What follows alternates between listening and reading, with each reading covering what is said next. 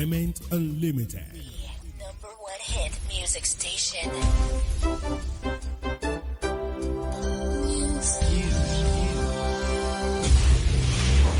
News update.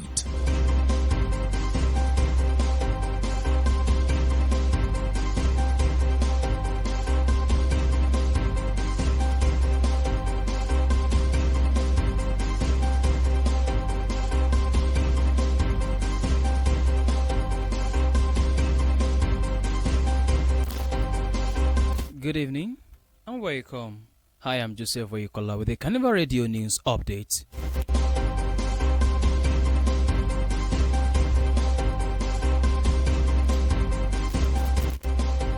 To begin the news update this evening, the Plateau State Governor Caleb Mutfwang on Wednesday relaxed the 24-hour curfew earlier imposed on Jos, the state capital. In a similar development, the Bauchi State Governor Bala Mohammed has announced the relaxation of the 24-hour curfew imposed on the Katagim local government area of the state following a significant improvement in the security situation. The governor's Director of Press and Public Affairs, Gayak Bere, announced this in a statement, noting that residents in the affected Jos and Bukuru metropolis can now move freely between 2 p.m. and 6 p.m. daily until further notice. The governor urged residents within the Jos Bukuru metropolis to cooperate with security personnel and report any suspicious activities for prompt actions.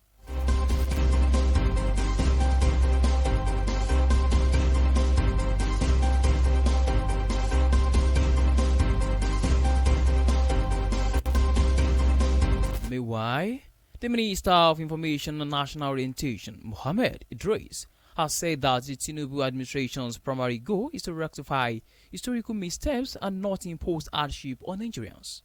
Speaking in Abuja on Wednesday during a briefing for the diplomatic community on recent nationwide protests, Idris stressed that the president is committed to implementing reforms aimed at driving sustainable growth and improving citizens' quality of life. The minister, acknowledging the current hardships, noted that the administration's decisive actions, including painful abolition of the fuel subsidy, were aimed at redirecting funds toward critical sectors like healthcare, education, infrastructure, and security.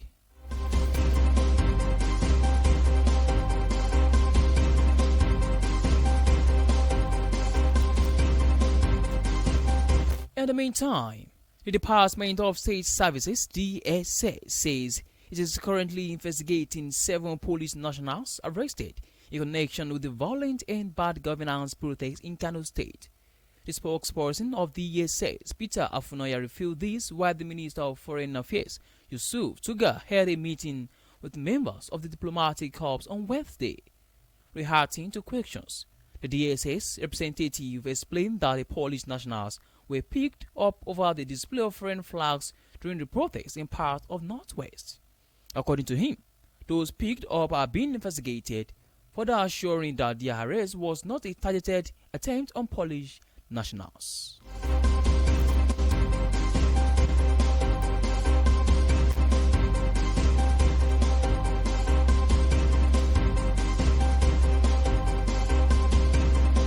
On the foreign scene, the Russian President Putin has accused Ukraine of launching another major provocation after defense officials said Ukrainian troops crossed into Russia's Kursk region on Tuesday.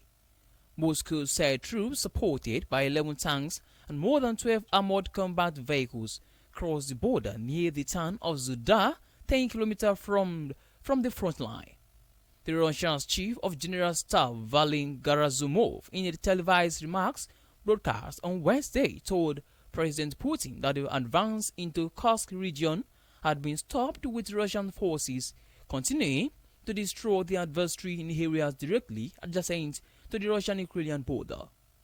Mr. Gerezovi said that up to 1,000 Ukrainian troops had entered the region with the aim of taking over the area around the town of Zudar, and that Russian forces had already killed 100 men and injured another 215.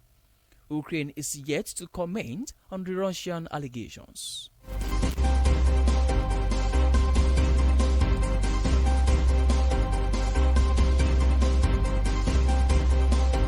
In the world of sports, Favour Ovili has moved on from the disappointment of failing to win a medal in the women's 200-meter event at the ongoing Paris 2024 Olympic Games.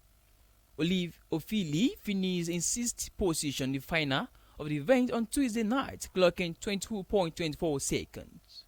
US Gabrielle Thomas won gold with a time of 21.83 seconds. Julian Alfred took silver with 22.08 seconds, while Brittany Brown went home with bronze in time of 22.20 seconds. The 21-year-old, who was making a debut at the Olympics, took to the social media to thank her coach.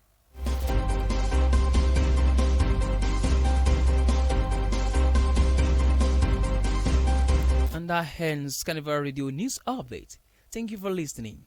You can download the Carnival Media app from Play Store and app iOS.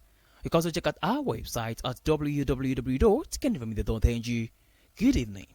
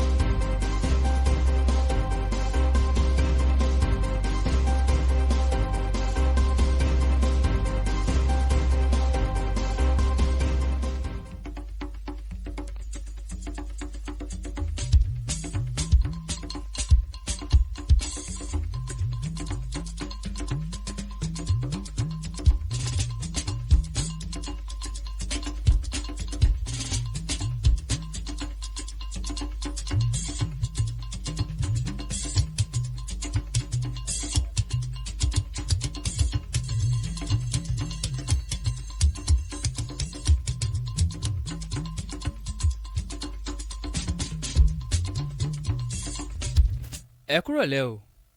Àkójọpọ̀ ìròyìn lámùtọ̀ yín wá láti Carnival Radio. Joseph Oyekola lóníròyìn yín.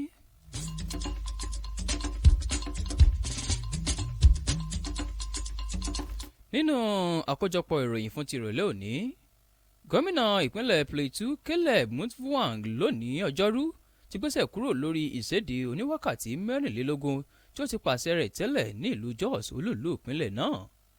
Bákan náà ni gómìnà ìpínlẹ̀ Bauchi Bala Mohammed ti ṣe bẹ́ẹ̀ gbéṣẹ̀ kúrò lórí ìséde oníwákàtí 24 tó pàṣẹ rẹ̀ tẹ́lẹ̀ ní ìjọba ìbílẹ̀ Katagum ti ìpínlẹ̀ náà lẹ́yìn ìlọsíwájú pàtàkì nínú ètò ààbò.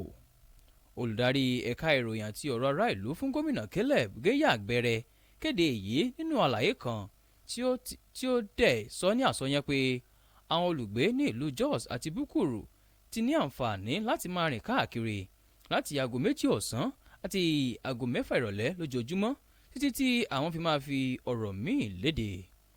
Gómìnà náà wá rọ àwọn olùgbé agbègbè ìlú Jos Bukuru láti fọwọ́sowọ́pọ̀ pẹ̀lú àwọn òṣìṣẹ́ elétò ààbò àti kí wọ́n má jáfira o láti fi tó iléeṣẹ́ ọlọ́pàá létí èyíkéyìí àwọn ohun tí wọ́n bá kíyèsí lágbègbè wọn tí kò bá òfin mu.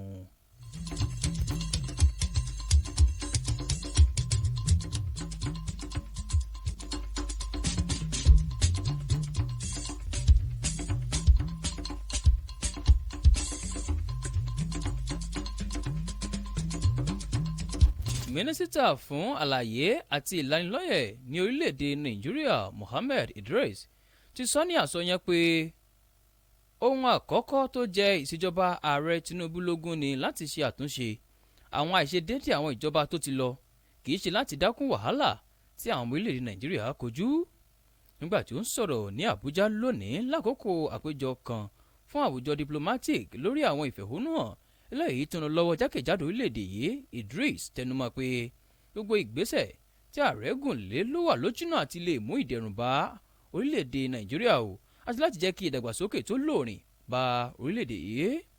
Àwọn orílẹ̀-èdè Nàìjíríà ni wọ́n ti gùn lé ìfẹ̀hónúhàn alágbára látàrí ọ̀wọ́n gógó ohun tí ẹnu ń jẹ àti bí ìlú ṣe le lápapọ̀ léyìí tó dẹ̀ wáyé látàrí ìgbésẹ̀ tí ìjọba gùn lé.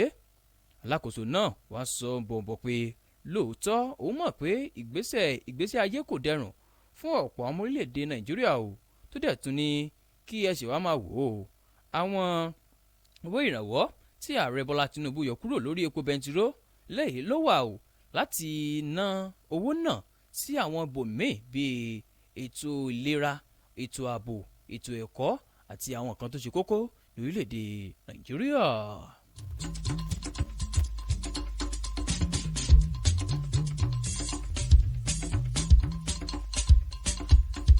ní báyìí ẹ̀ka iléeṣẹ́ ọlọ́pàá DSS sọ pé ìwádìí ti ń lọ lọ́wọ́ lórí àwọn ọmọ orílẹ̀-èdè Polish méje tí wọ́n fi ọwọ́ òfin gbé látàrí pé wọ́n lọ́wọ́ nínú wàhálà tó wáyé níbi ìfẹ̀hónúhàn tó ń lọ lọ́wọ́ ní ìpínlẹ̀ Kano.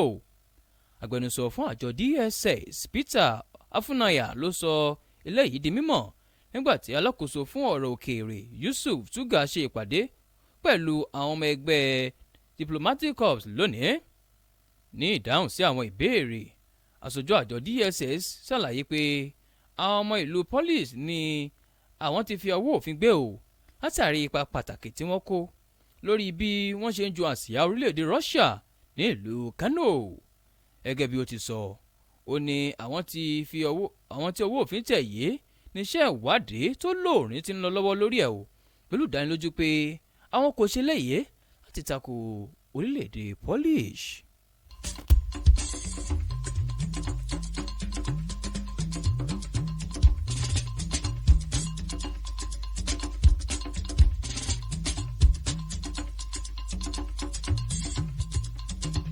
èyí ni òpin àkójọpọ̀ ìròyìn fún ti ìrọ̀lẹ́ òní.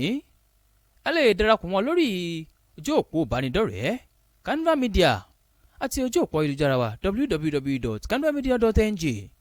bí orílẹ̀-èdè Nàìjíríà bá máa dára, ọwọ́ èmi àti ẹ̀yin lọ́jọ́ wa o. ẹ jẹ́ ká máa gbé pọ̀ nínú ìfẹ́, ayọ̀ àti ìṣọ̀kan. ọ̀rọ̀ yìí ń wá láti Carnival Radio. Joseph Oyèkọ́lá ló mú ìròyìn náà wá sí tìgbọ̀ yín. kẹ́ ní àṣálẹ́ tó dára o.